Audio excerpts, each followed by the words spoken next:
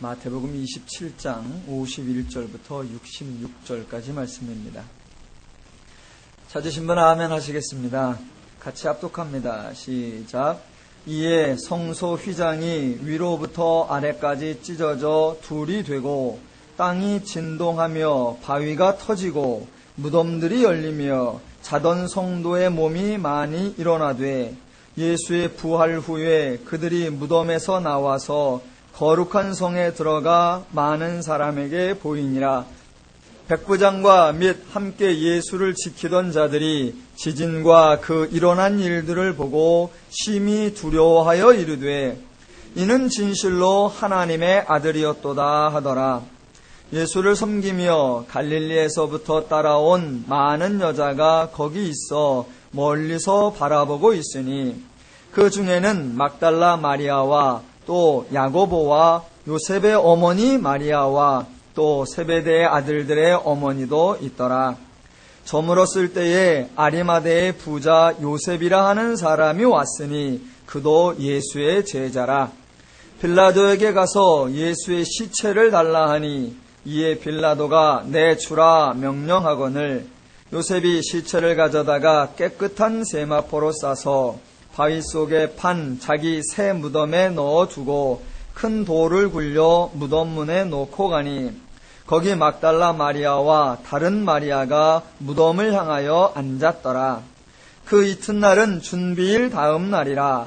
대제사장들과 바리새인들이 함께 빌라도에게 모여 이르되 주여 저 속이던 자가 살아있을 때에 말하되 내가 사흘 후에 다시 살아나리라 한 것을 우리가 기억하노니 그러므로 명령하여 그 무덤을 사흘까지 굳게 지키게 하소서.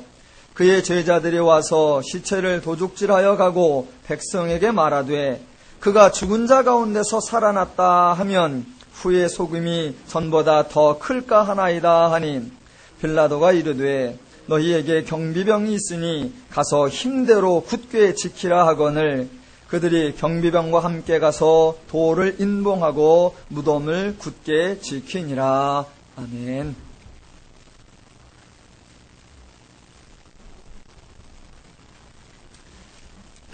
저희가 지금 마태복음을 상고하고 있습니다. 마태복음 신약성경의 첫 번째 책으로 많은 성도들이 읽고 은혜를 받으며 감동을 받고 있는 말 그대로 은혜로운 말씀이고 복된 말씀이지만 이 마태복음은 많은 시련을 겪어왔고 또 지금도 시련을 겪고 있습니다. 마태복음 1장에는 예수께서 성령으로 잉태되었다라는 기록이 나와 있습니다. 성령으로 잉태되었다. 이 기록이 허무맹랑한 비과학적인 이야기로 냉소를 받고 있고 또 마태복음 27장, 28장에는 예수의 십자가 죽음과 부활이 기록되어 있는데 이러한 기록들은 엽기적인 비현실적 이야기로 이거 무협지 아니냐 그러는 조소를 받고 있습니다. 비단 마태복음뿐만 아니라 성경 자체가 하나님의 말씀으로 인정되기보다는 사람들의 허무맹랑한 이야기로 왜곡되고 있고 성경에 나타나는 많은 사건들이 하나님의 역사하심이라고 하는 놀라운 표현보다는 말 그대로 웃기지도 않는 얘기라고 왜곡되게 설명되고 있습니다. 그나마 그래도 성경이 책으로서 간주되고 사람들에게 영향을 끼쳐 왔었기 때문에 그래도 성경이 사람들에게 긍정적으로 취급받는다라고 하면 그래 신화 정도는 되지 설화 정도는 되지라고 간주되는 것입니다. 왜 그러느냐? 신화에 등장하는 표현 방식과 성경에 등장하는 표현 방식이 비슷하기 때문에 그렇습니다. 그렇다면 저와 여러분은 성경이 무슨 말씀을 하려고 하고 있는 것이고 성경의 메시지가 과연 무엇인가를 이해하려고 하면 신화적 표현 방식과 성경적 표현 방식을 이해하셔야만 그 바른 이해가 가능합니다. 신화는 인간의 삶을 표현하는 중요한 문학적 수단으로 이해되고 있습니다. 신화가 뭐냐? 인간이 이해할 수 없는 사건, 인간이 이해할 수 없는 현상, 인간이 이해할 수 없는 내용들에 대해서 그것을 어떻게 이해할까라고 인간 스스로 만들어내는 이해 방식, 그걸 신화라고 합니다. 그래서 예전에 과학이 발달하기 이전이나 학문이 발달하기 이전에 장엄한 자연현상이나 놀라운 활동들에 대해서 이해할 수 없기 때문에 그것을 나름대로 해석하고 이해한 방식이 신화였습니다. 천둥이 소리가 난다. 그러면 과학적 지식이 없었기 때문에 천둥이 왜 나며 어디서 나며 어떻게 나는지를 몰랐단 말입니다. 그래서 그 천둥 소리를 이해하기를 어떤 큰 존재가 있다. 신이라고 불리워도 좋고 놀랄만한 어떤 큰 인물이 있는데 그가 기침을 하는 거다. 그런 식으로 천둥 소리도 그렇게 이해를 하고 번개도 그렇게 이해를 하고 화산 폭발도 신이 진노를 해서 인간을 심판하는가 보나 라고 이해하는 방식, 그게 신화, 즉 인간이 이해할 수 없는 사건들을 이해하기 위하여 인간 스스로 만들어내는 이해 방식, 그게 신화입니다. 그러나 매우 유사하지만 전혀 다른 방식이 하나 있는데 그것을 계시라고 합니다.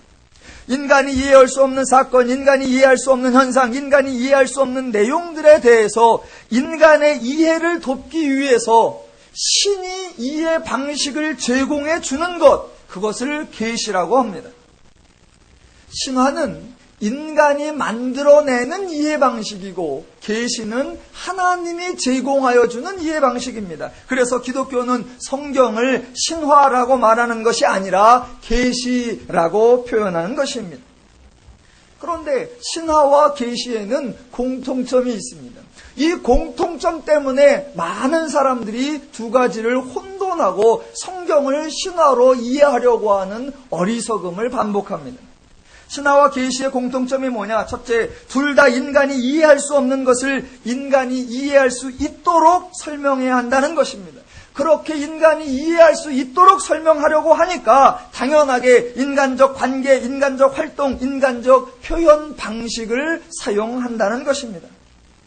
인간적 차원이 아닌 것을 인간의 이해를 돕기 위해 인간적 양식을 사용한다는 것입니다. 그렇지만 인간적 양식을 사용한다고 해서 절대로 인간적이다라는 의미는 아니라는 것입니다.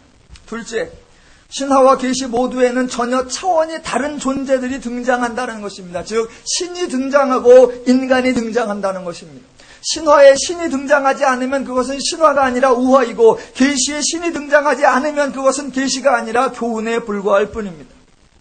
또 셋째로 신화나 계시에 나오는 그 신과 그 인간이 서로 교통하고 서로 소통한다는 점입니다. 여기까지는 공통점입니다. 그래서 그런 모습만 보면 성경을 신화라고 주장할 만도 합니다. 그러나 기독교는 성경을 신화라고 말하지 아니하고 계시라고 말합니다. 왜냐하면 신화에 나타나는 신의 모습과 계시에 나타나는 신의 모습이 전혀 다른 차원이기 때문에 그렇습니다. 그러면 신화와 계시의 차이점이 무엇이냐? 바로 인간과의 소통 방식입니다. 물론 신화에서도 신이 인간과 동일한 방식으로 행동을 합니다. 계시에서도 신이 인간과 동일한 방식으로 행동을 합니다. 겉으로 드러난 행동과 표현은 같습니다. 그래서 사람들은 신화와 계시가 같다라고 자꾸 생각을 합니다. 그러나 전혀 다른 겁니다. 자, 신화를 보면 신이 인간처럼 행동을 합니다.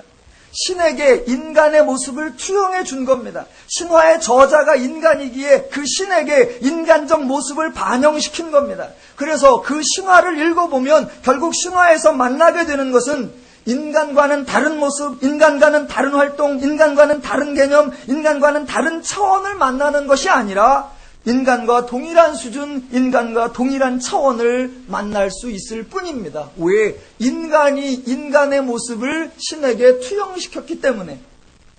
그런데 계시인 성경을 보면 하나님이 인간처럼 행동하시는 장면이 나옵니다.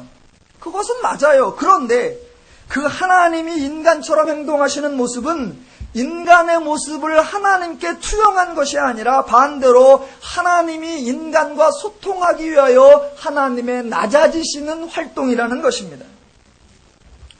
하나 예를 들어보겠습니다. 집에서 강아지를 키우시는 분들이 계실 겁니다. 요새 강아지라 그러면 안 되죠. 애완견. 애완견이라고도 안 되죠, 요새는. 존칭해야죠. 동반견.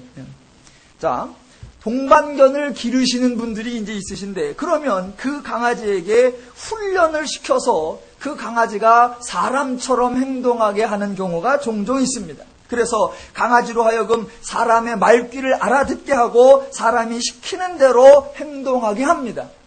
그러니까 그 강아지에게 인간의 행동을 투영시키는 겁니다. 그래서 손 내밀어, 앉아, 가서 걸레 가져와. 동반견에게 걸레 가져와 이런 거 시키나 모르겠어요. 제가 안 길러봐서 여하튼. 그 다음에 들어가 있어. 그러면 그 말귀를 다 알아듣고 강아지가 사람처럼 행동을 하고 있습니다.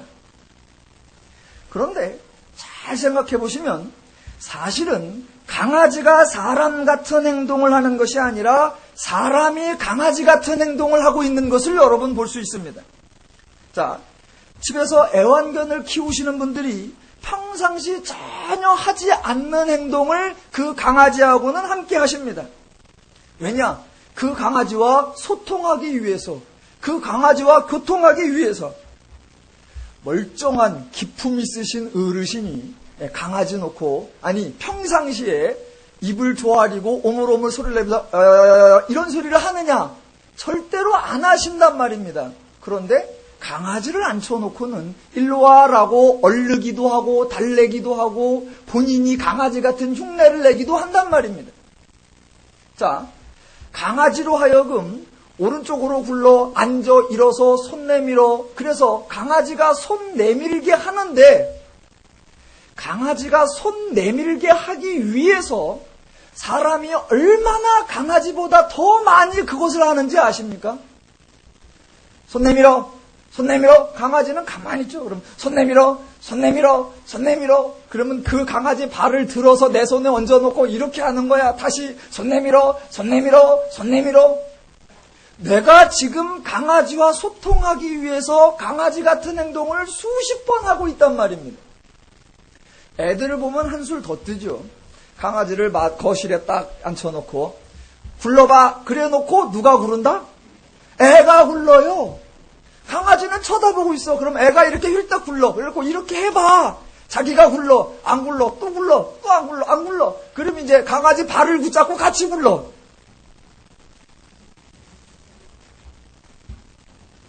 자, 개에게 사람을 투영시키는 것이 아니라 반대로 사람이 개와 같이 되어주는 것입니다. 왜? 그 강아지와 그 동반견과 소통하기 위해서. 그런데 만약 어떤 사람이 지금 강아지를 훈련시키고 있는 그 장면을 CCTV로 딱 촬영을 했습니다. 그래서 방송으로 내보낸다고 합시다. 그러면 그 장면의 제목이 뭘까요? 자, 손 내미는 강아지. 그러면 영특한 강아지라는 제목으로 방송이 될까요? 아니면 그 강아지를 훈련시키기 위해서 수백 번 손 내미는 그 사람 때문에 정신 나간 사람들이라는 제목으로 방송이 될까요? 만약 손 내밀라는 말에 손 내미는 영특한 강아지라고 소개가 되면 그게 신화적 표현 방식입니다. 그런데 이 강아지가 손 내밀게 하도록 하기 위하여, 이 강아지가 한 바퀴 구르도록 하기 위하여 이 사람이 얼마나 많이 그 강아지처럼 낮아져서 손 내밀고 굴러가는 행동을 반복하는가, 여기를 표현해주면 그것은 계시입니다. 신화와 계시를 잘 구분해야 됩니다. 겉으로 드러난 행동은 같단 말입니다. 사람이 손 내밀어라고 했고 강아지가 손 내밀었고, 신이 인간처럼 행동하고 신이 인간처럼 말하는 거, 신화에도 등장하고 계시에도 등장하는, 일반 로마 그리스 신화에도 등장하고 성경에도 등장하는 비슷한 내용, 비슷한 행동이란 말입니다. 그래서 두 가지를 같다라고 말할 수 있느냐? 아니요, 전혀 다른 말입니다. 신화와 계시를 잘 구분해야 합니다.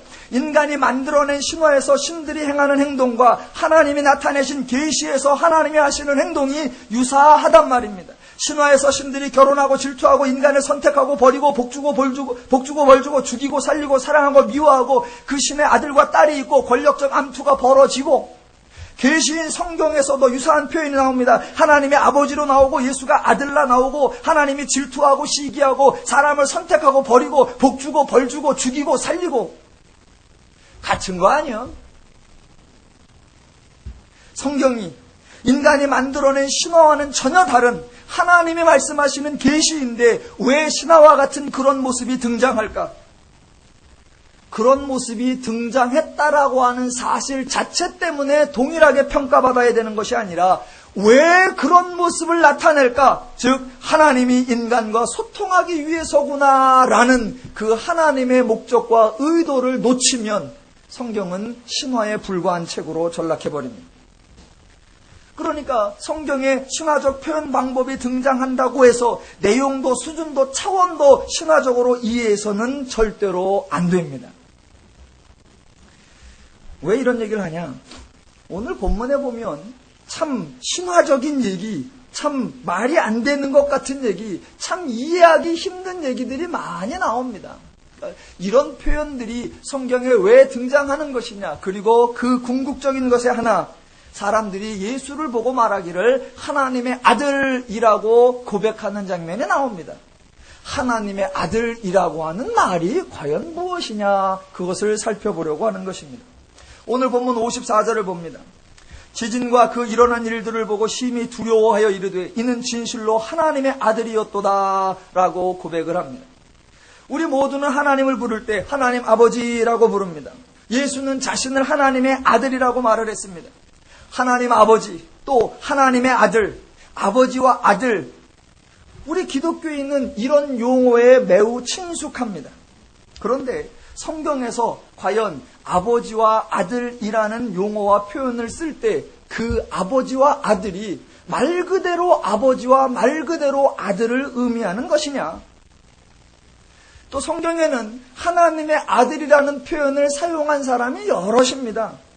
예수 자신이 자신은 하나님의 아들이라고 표현을 했고 또 사람들이 예수를 향하여 하나님의 아들이요 라고 표현도 했고 심지어는 귀신도 예수를 보고 하나님의 아들이요 라고 표현을 했습니다. 그러면 예수가 사용한 그 표현과 사람들이 사용한 그 표현과 귀신이 사용한 그 표현이 다 같으냐라는 것입니다. 여러분은 그 중에 어떤 의미로서 하나님을 아버지라고 부르시고 예수를 하나님의 아들이라고 고백하고 계십니까? 좀 더 원칙적인 문제를 한번 가봅시다. 여러분, 아버지, 아들 이런 용어는 신적인 용어입니까? 인간적 용어입니까? 아버지니 아들이니 이런 용어는 신적인 용어가 아니라 지극히 인간적인 용어입니다. 신에게는 적합하지 않은, 신에게는 어울리지 않는 용어입니다. 물론 신화에서는 아버지, 어머니, 아들 이런 용어가 신에게도 아주 자주 사용되고 일반적으로 통용되는 용어입니다. 그러나 계시인 성경에서는 신에게 아버지니 아들이니 이런 용어가 잘 사용되지 않았었습니다. 그러니까 아버지와 아들은 지극히 인간적인 용어란 말입니다. 구약에서 하나님 아버지라는 개념이 거의 등장하지 않고 더군다나 구약에서 하나님의 아들이라는 용어도 거의 등장하지 않습니다. 도리어 구약에는 신에 대해서 아버지, 아들 이런 개념을 지극히 반대하고 있습니다. 그런데 신약으로 넘어오면 예수가 느닷없이 나는 하나님의 아들이다 라고 선언을 한단 말입니다. 왜 구약이 없는 개념이 갑자기 신약에 와서 하나님의 아들이라는 표현이 등장하고 그 의미는 과연 무엇이냐라는 것입니다. 신화는 신에 대해서 아버지니 아들이니 이런 개념을 사용하지만 성경은 그런 개념을 강력하게 반대하고 있었단 말입니다. 가장 대표적인 게 출애굽기 3장에 나오는 모세와 하나님과의 대화입니다. 하나님이 모세를 불러서 모세에게 야, 너 바로에게 가서 내 백성을 데리고 나와라. 내가 그렇게 하겠다. 라는 말씀을 하시자 모세가 하나님께 이렇게 질문을 합니다. 3장 13절. 모세가 하나님께 아뢰되 내가 이스라엘 자손에게 가서 이르기를 너희의 조상의 하나님이 나를 너희에게 보내셨다 하면 그들이 내게 묻기를 그의 이름이 무엇이냐 하리니 내가 무엇이라고 그들에게 말하리이까.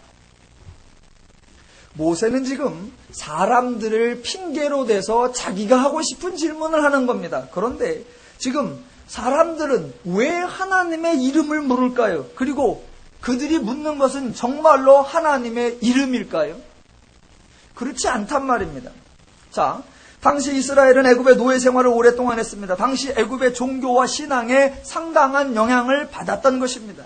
애굽의 종교관, 애굽의 신관은 지극히 신화적인 신관입니다. 가장 강력한 신이 있고 대체로 그 신들은 남성신입니다. 그러면 그 남성신 옆에는 대체로 여성신이 있고 그 여자신은 하나가 아니라 여럿 있고 그 남성신들은 그 여사신들과 결혼을 해서 당연히 아들을 낳고 딸을 낳고 그러니 여러 여자신들과 관계를 했으니 여러 아들들이 생기고 여러 자녀들이 생겨서 그 아들 신대에 가서는 서로 암투를 벌이고 그래서 누가 세고 누가 강하고 누가 계보를 이을 것인가 이런 것들이 아주 복잡하게 얽혀 있습니다. 그래서 애굽도 그런 신의 계보, 신의 족보, 신의 권력 서열이 있는 것이고 당연히 가장 강력한 신이 지배를 하고 약한 신은 지배를 받는 것입니다. 모세 당시에 애굽의 가장 강력한 신은 태양신 레 또는 라였습니다. 모두가 그 신의 지배를 받고 있던 그런 때입니다. 그런데 바로 그때에 하나님이 모세에게 등장하여 말씀하시는 겁니다. 그런데 그 하나님이 모세에게 하시는 말씀이 그 애굽의 신 질서를 깨는 발언이더라라는 겁니다. 모세 자체도 그 하나님의 발언을 이해하지 못하는 겁니다. 왜냐하면 모세가 그 애굽에서 도망쳐 나와서 광야에서 살고 있습니다. 그런데 도망자인 자기에게 어느 신이 나타났습니다. 그러더니 하는 말, 엄청난 말을 합니다. 뭐라고? 애굽에 가서 내 백성을 데리고 나오라고.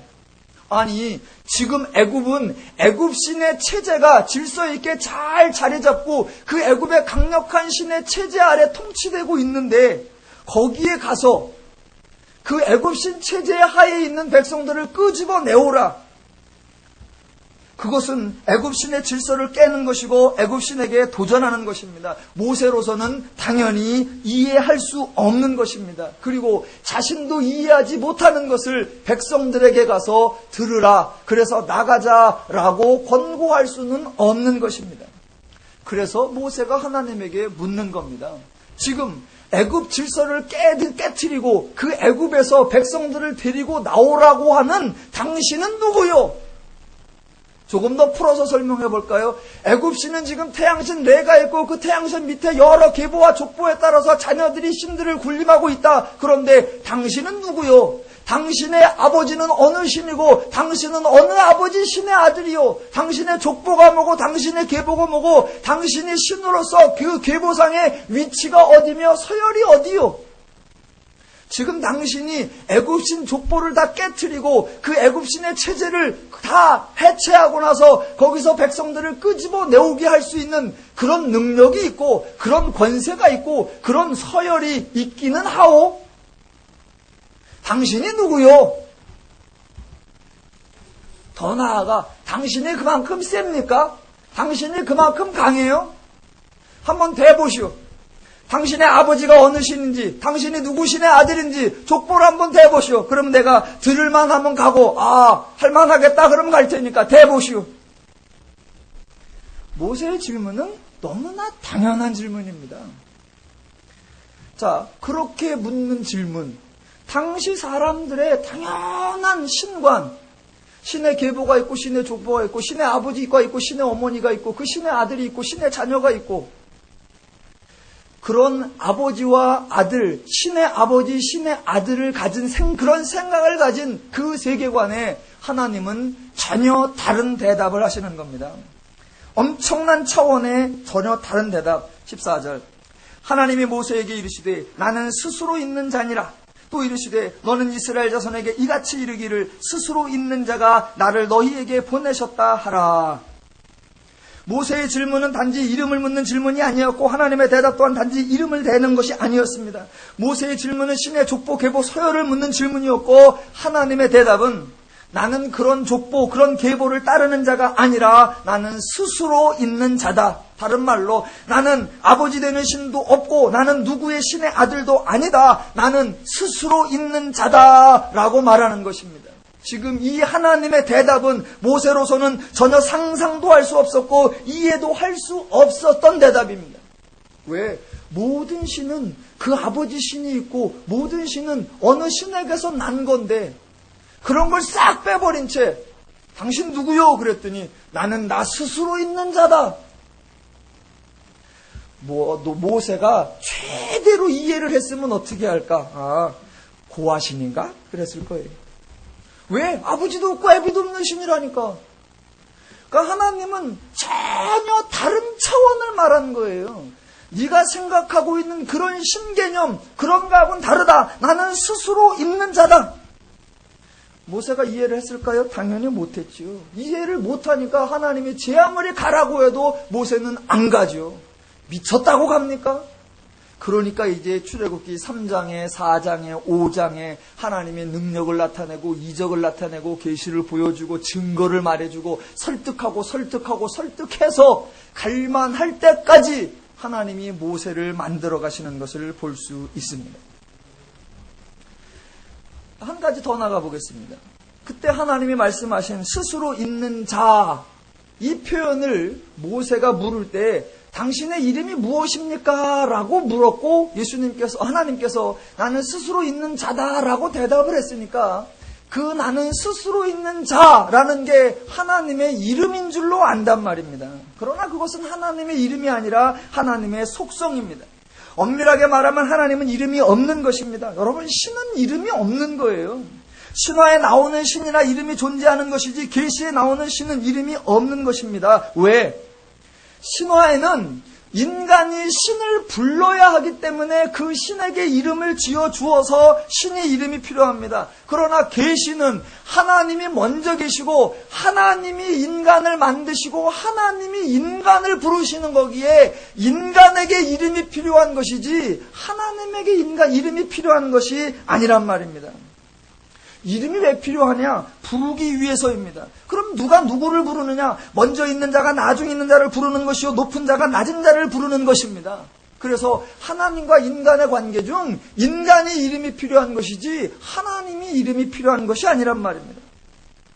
자, 아버지와 아들이 있다고 합시다. 아버지와 아들의 둘 중에 이름은 누가 있는 거냐? 아들만 있는 거예요. 아버지도 이름이 있지요. 그런데 아버지가 이름이 왜 있느냐? 그 아버지가 그 할아버지의 아들이었기 때문에 이름이 있는 거지, 아버지와 아들 관계에서는 아버지는 이름이 필요 없는 겁니다. 저와 여러분이 아버지 이름을 불러보신 적이 있습니까? 없단 말입니다. 부를 필요가 없단 말입니다. 자, 아까 이제 강아지 얘기를 했는데 한 번만 더 해봅시다. 여러분이 애완견을 사왔습니다. 이제 동반견을 사왔어요. 여러분이 주인이요, 여러분이 먼저 있던 자요, 여러분이 큰 자란 말입니다. 먼저 있던 분, 먼저 큰 자가 강아지를 있게 하고 만든 겁니다. 그리고 나서 이제 강아지하고 관계를 맺으시죠. 뭐라고 합니까? 이름을 지어주는 거죠. 강아지, 오늘부터 너는 해피야. 해피라고 이름을 주어지는 거죠. 그렇게 해서 강아지에게 해피라고 이름을 지어주는 것으로 끝나지, 여러분은 강아지를 사오면 강아지하고 통성명 하십니까? 넌 해피? 난 광명근. 그러면서 서로 악수하냐고요. 아니요. 먼저 있는 자는 먼저 있는 거고, 먼저 있는 자가 나중 것을 만들었을 때 그를 부를 호칭이 있는 거지, 나중 있는 자가 먼저 있는 자를 부르지 않는단 말입니다. 그래서 원래 하나님은 이름이 없는 것입니다. 그리고 우리가 하나님을 부를 이유도 없고 부를 필요도 없단 말입니다. 왜? 그분이 하나님이시기 때문에. 하나님을 부릅니다. 왜 불러요? 하나님 도와주세요. 그런데 하나님은 내가 하나님을 부르기 전에 먼저 우리를 도우시는 하나님이시란 말입니다. 하나님 우리를 구원해 주세요. 나는 내가 죄인이라는 걸 알지도 못할 때에 내가 죄인이라는 사실을 먼저 알려주시는 분이 하나님이란 말입니다. 은혜 주십시오. 은혜를 간구하기 이전에 우리에게 필요한 것을 채워주시는 분이 하나님이시란 말입니다. 하나님을 왜 부르는데? 여러분, 기독교는 하나님을 부를 이유가 없는 종교입니다. 여기서 아멘쯤 나오셔야 되는데. 기독교는 그렇게 대단한 종교예요. 내가 불러야 그때 응답하시고, 찾아야 그때 나타나시고, 애걸복걸해야 그때 들어주시는 그런 쪼잔이가 아니란 말입니다.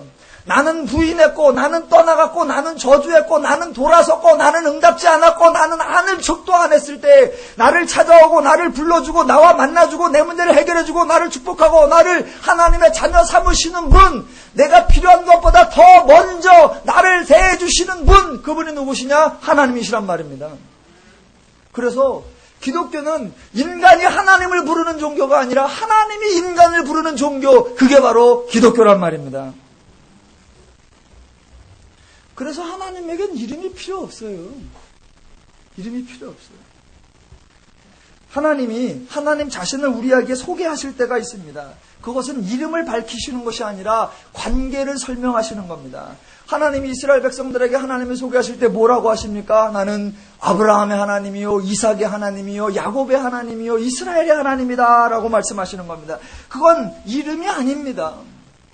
또 반대로 사람들이 하나님께 붙인 호칭이 있단 말입니다. 여호와 라파, 여호와 이레, 여호와 니시. 그건 인간들이 그 하나님을 체험하고 인간들이 그 하나님을 경험하고 우리 하나님 멋지도다 라고 붙인 별명이 호칭이지 그게 하나님의 이름이 아니란 말입니다.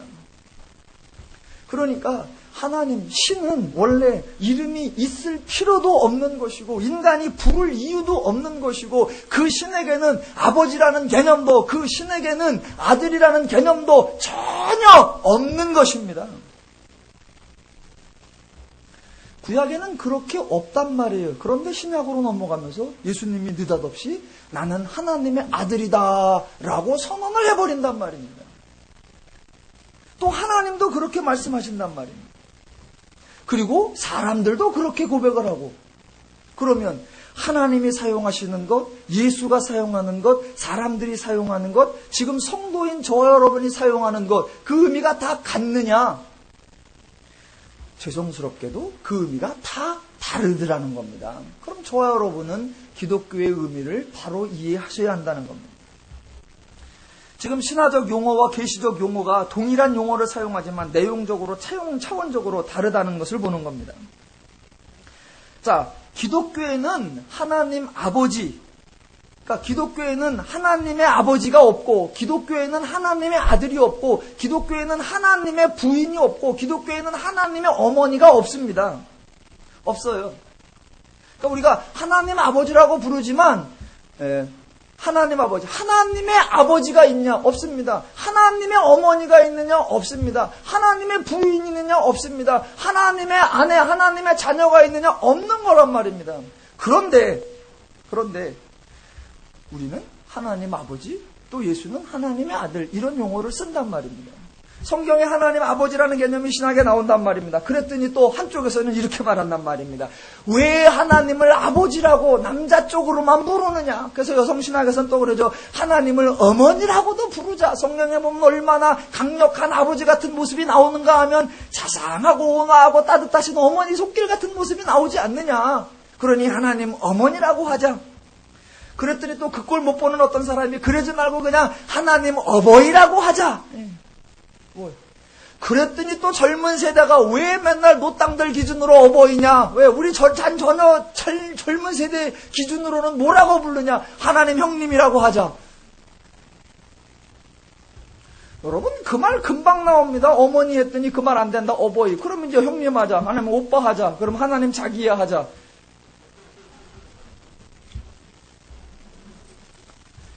잘 생각해 보십시오. 이런 말씀 드리면 사람들이 에휴 그런 일이 있겠어? 근데 금방 나온단 말입니다. 아버지 반대해서 어머니 나오니까 반대로 금방 어버이 하자 나오고. 자, 더 나가 봅시다.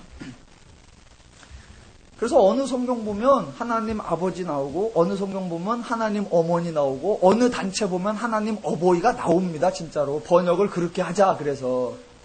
근데 잘 생각해 보십시오.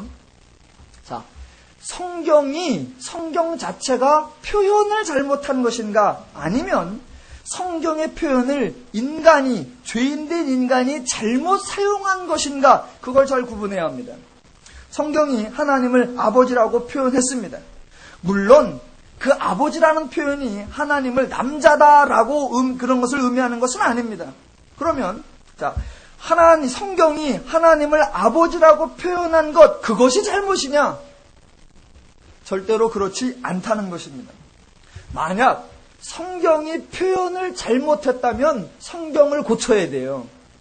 성경이 표현을 잘못했으니까. 그런데 성경은 표현을 적절하게 잘 했는데 사람이 그 표현을 잘못 이해하고 사람이 그 표현을 잘못 적용하면 성경을 고쳐야 된다? 사람의 이해를 고쳐야 된다?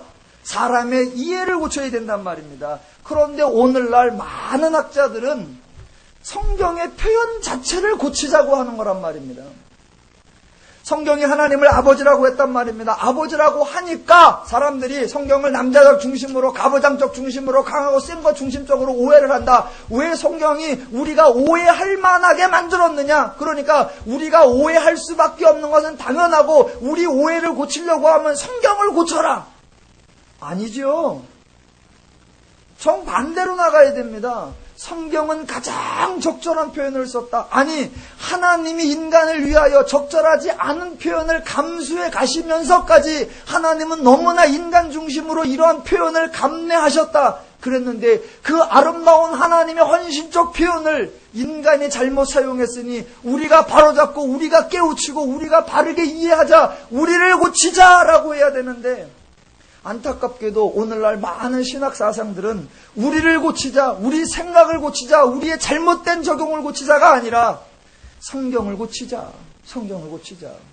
왜 우리로 하여금 오해하고 착각하게 만드냐? 성경, 우리 생각할 수 있는 근거가 되는 소스인 성경 자체를 바꿔버리자. 아니요, 절대로 그렇지 않습니다. 자, 성경이 하나님을 아버지라고 부르는 이유는 인간과의 소통을 위해서입니다.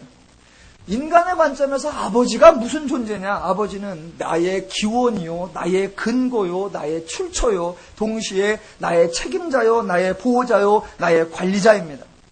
하나님은 자신을 인간에게 소개하는 모습으로 아버지라고 하는 개념을 사용하신 겁니다. 성경이 아버지라는 개념을 사용한다고 해서 성경이 하나님이 가부장적 개념을 가지고 있는 남자냐, 그런 거하고는 아무런 상관이 없습니다.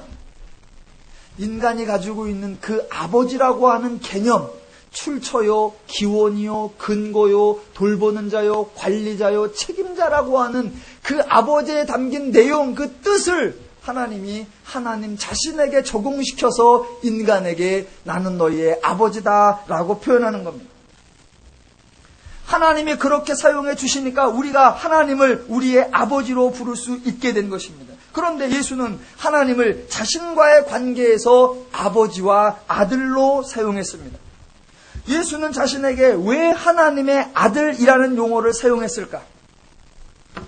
자, 아버지라는 용어 자체는 하나님과 인간의 관계에 있어서 기원이요, 근거요, 출처요, 책임자요, 돌보는 자요, 관리자입니다. 그런데 예수가 하나님에게 있어서 하나님은 아버지이고 나는 하나님의 아들이다.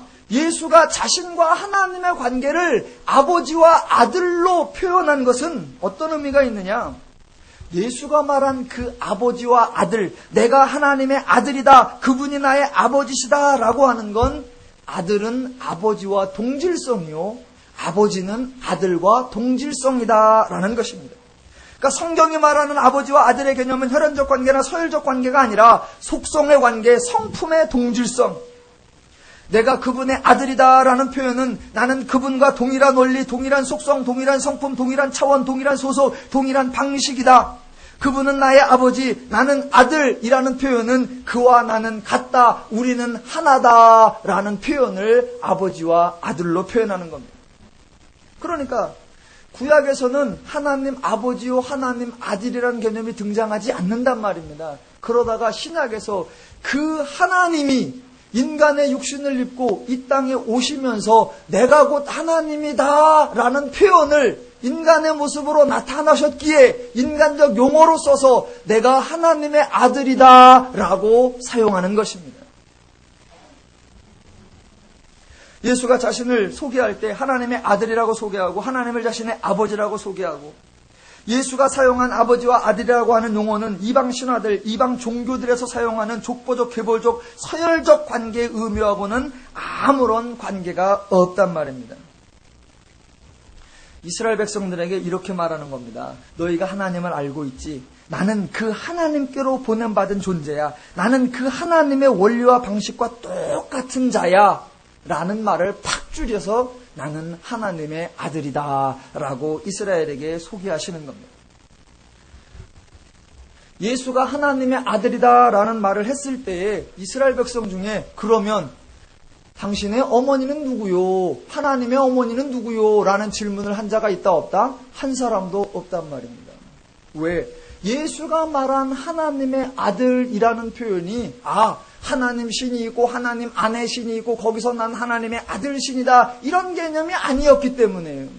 그러니까 어느 누구도 내가 하나님의 아들이다. 하나님은 나의 아버지다. 그러니까 어머니 신은 누구요? 또 그러면 당신 말고 다른 하나님의 아들 신, 딸 신은 있어? 이런 질문을 한 사람이 아무도 없단 말입니다. 아버지와 아들은 같은 존재. 즉 예수가 하나님의 아들이다라는 표현은 나는 하나님이다라는 표현과 같은 것입니다. 자, 그렇다면 오늘 본문과 연결해서 두 가지만 좀 해보겠습니다. 성경에는 예수를 하나님의 아들이라고 말하는 장면이 여러 번 나옵니다. 그런데 이 하나님의 아들이라는 표현이 다양하게 사용되고 있다는 겁니다. 하나님이 예수를 말할 때 이는 내 사랑하는 아들이요 내 기뻐하는 자라 라고 하고 나오고, 마태복음 8장 29절에 보면 귀신들이 예수를 향해 하나님의 아들이요 라고 나오고, 또 마태복음과 요한복음에 보면 사람들이 예수를 향해 하나님의 아들이요 라고 고백을 하고, 마태복음 16장에 가면 베드로가 예수를 향해 당신은 그리스도시요 살아계신 하나님의 아들이십니다 라고 얘기를 하고, 또 오늘 본문 27장 54절에도 이는 진실로 하나님의 아들이었도다 라고 말하는 장면이 나온단 말입니다. 또 사도행전에 가면 바울이 예수가 하나님의 아들이심을 전파한다라고 말합니다. 그러니까 하나님의 아들이라는 말을 이 사람 저 사람이 썼단 말입니다. 그러면 그 말이 다 같을까? 자, 성경에서 아버지와 아들은 같다라는 표현이라고 그랬습니다. 그래서 예수가 침례를 받을 때 하나님이 예수를 향해 이는 내 사랑하는 아들이요 내 기뻐하는 자다라고 말하는 것은 이는 바로 나요, 내가 보낸 자요, 나와 같은 원리, 나와 같은 방식, 나와 같은 개념을 가진 자이다, 나와 동일한 자이다 라고 하나님이 인정하신 거고, 그 하나님을 예수는 아버지라고 해서 아버지와 아들의 동질성을 선언했습니다. 자, 그거는 하나님과 예수가 드러낸 장면입니다. 이제 사람들이 고백한 장면을 더 군데만 살펴보겠습니다. 마태복음 14장 22절에 가보면 예수님께서 배를 타고 가는데 주무셨습니다. 그러니까 배가 풍랑이 일자 제자들이 깜짝 놀랐어요. 제자들이 배를 타고 가는데 풍랑이 일었습니다. 근데 예수는 없었어요. 그래서 제자들이 막 두려워하고 있습니다. 그랬더니 예수님께서 바다 위를 쫙 걸어오십니다. 사람들이 유령인가 막 걱정하니까 나다 안심하라. 그렇게 말씀하니까 베드로가 안심을 하더니 느닷없이 주책 없이 그러면 나로 하여금 바다 위를 걷게 하라. 그래서 오라. 그래서 걷습니다. 걷다가 바람을 보고 무서워서 빠집니다. 예수님께서 건져내서 배에 올라가니 바람이 잔잔해지더라. 그때 사람들이 하는 말 14장 33절 배에 있는 사람들이 예수께 절하며 이르되 진실로 하나님의 아들이로소이다 하더라. 여러분, 이 사람들은 느닷없이 왜 이는 하나님의 아들이다 라고 했을까요? 안 궁금해요? 평상시 예수가 복음 전할 때 그는 하나님이고 나는 아들이고 아버지가 일하면 나도 일하고 아버지가 하는 대로 나도 한다. 아버지가 일하지 않으면 나도 일하는다. 그 소리를 들어놓은 게 있다가 바다를 잔잔케 하는 걸 보더니 예수가 진짜로 그때 말한 대로 하나님의 아들인가 보네. 그런 깨달음을 가지고 이는 하나님의 아들이로소이다 그랬을까요?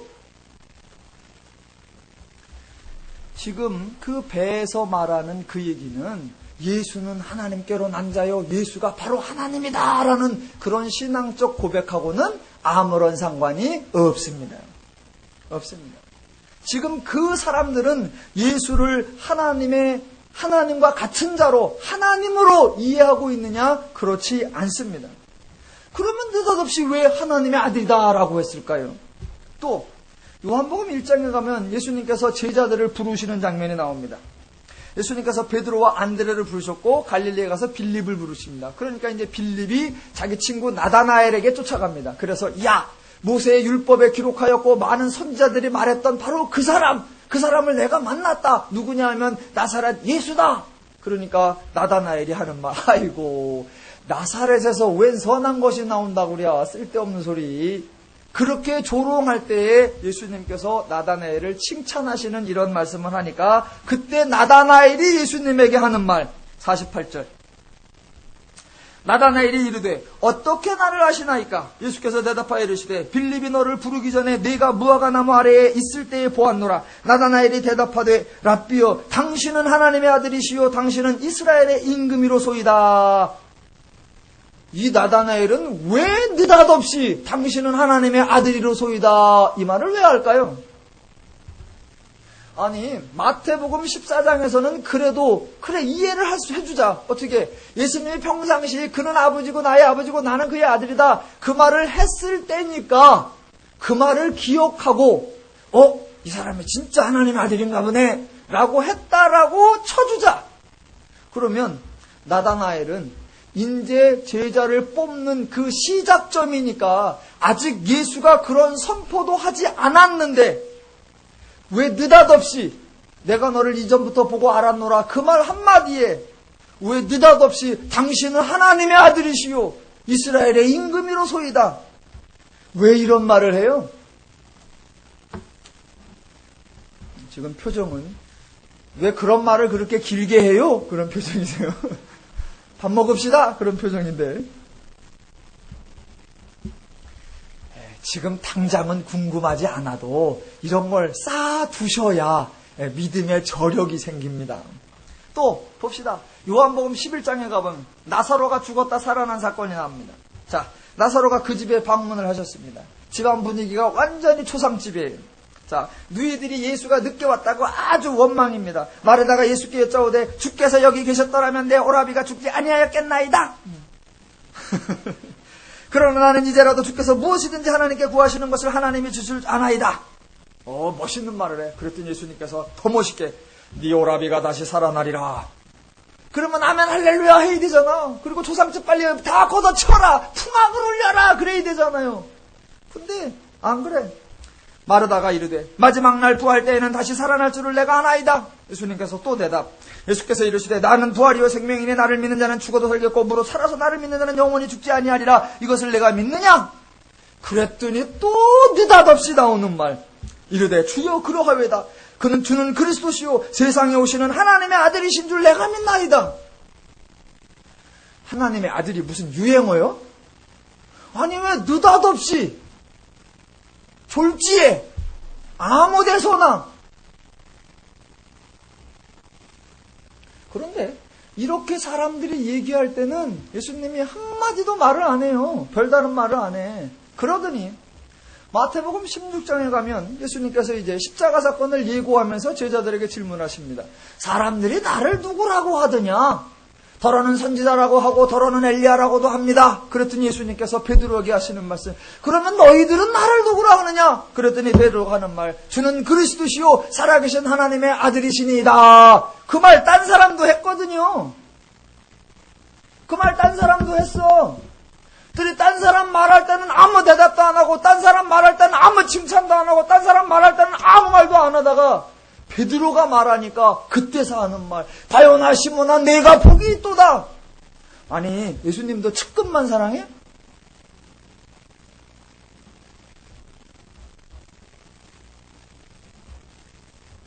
그러니까 하나님의 아들이라는 말을 사람들이 사용할 때 하나님이 하나님과 예수 그리스도는 동일한 존재다라는 의미의 선언적 의미로 이는 내 사랑하는 아들이요 나는 하나님의 아들이다 라고 하는 그 표현과 많은 사람들이 예수의 행적을 보고 놀라면서 하는 말 이는 하나님의 아들이다 라고 하는 말은 같은 차원이다 다른 차원이다?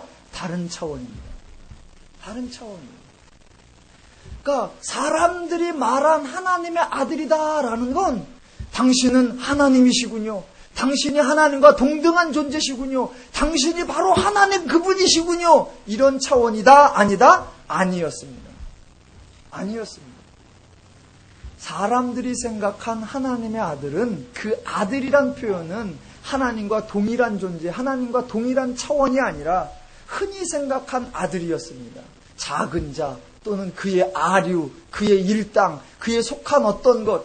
그래서 예수가 놀라운 일을 하면 어휴 뭐 신 같은 뭐는 하는데 어쭈 그래도 신과 우리하고 다른 뭔가 좀 탁월한 재주가 있는데 그래도 마치 뭐 신 같은 뭐 뭘 보여주는데 이런 차원이란 말입니다.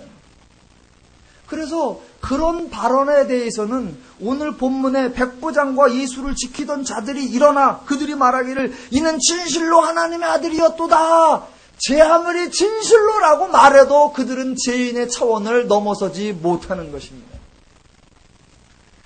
그들과 똑같은 말을 했지만 전혀 다른 차원이 베드로의 차원이었습니다. 그래서 그 베드로의 동일한 고백에 이를 알게 한 것은 내가 아니요 하나님의 은혜다라고 선언을 했었고, 그 하나님의 아들이라는 표현을 다시 나오는 게 이제 사도행전 이후에 서신서에 등장합니다. 바울이 예수를 믿는 자들을 박해하러 다니다가 다메섹 도상에서 예수를 만난 후에 이제 동료 사도들을 만나서 눈 띄우고 이제 가르침을 받고 다시 예루살렘 성전으로 들어가 많은 사람에게 예수가 하나님의 아들이신 것을 전파하니, 그때 말하는 바울이 예수가 하나님의 아들이다라고 하는 표현은 예수가 하나님이시다라고 하는 하나님이 선언했던과 동일한 차원인 것입니다. 여러분은 하나님을 우리 아버지라고 고백하고 예수를 하나님의 아들이라고 고백하고 여러분이 하나님의 자녀라고 고백합니다.